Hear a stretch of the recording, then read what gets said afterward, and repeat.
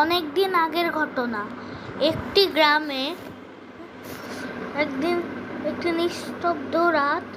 তখন একটি শিয়ালের খুব খিদা পেয়েছিল।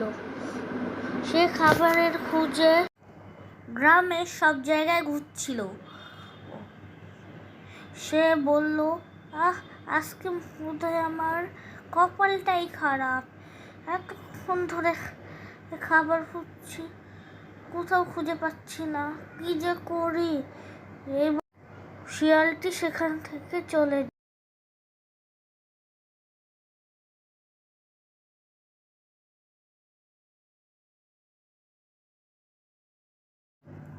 তারপর শিয়ালটি যে একটি লোকের বাড়িতে ঢুকলো। তারপর সে দেখলো সেখানে অনেক ভালো ভালো খাবার আছে। মানে আজকে সেই লোকটার বাড়িতে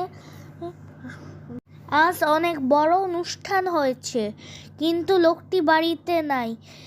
এই ফাঁকে শিয়াল কিছু না ভেবেই সেই খাবারগুলো খেয়ে নিল।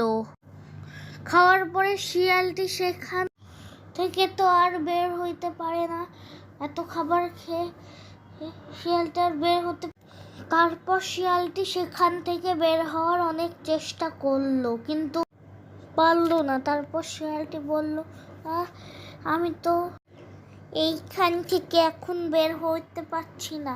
যাক গে, কালকে সকালে যখন ওই লোকটা আসবে তখন আমি জানলা দিয়ে লুকিয়ে বের হয়ে যাব। তারপর পরের দিন সকাল লোকটি সেখানে এসে সে দেখলো শিয়ালটি সেখানে আসছে। তারপর শিয়াল কিছু ভাবার আগেই তাকে মারা শুরু করলো।